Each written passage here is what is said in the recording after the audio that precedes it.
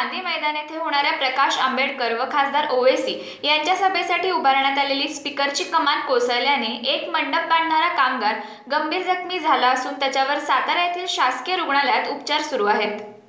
रविवार दिनांक 27 रोजी येथील गांधी मैदानावर वंचित बहुजन आघाडीचे निमंत्रक तथा माजी खासदार ॲडव्होकेट प्रकाश आंबेडकर व MIM पक्षाचे खासदार असासुद्दीन ओवैसी यांची जाहीर सभा होणार आहे।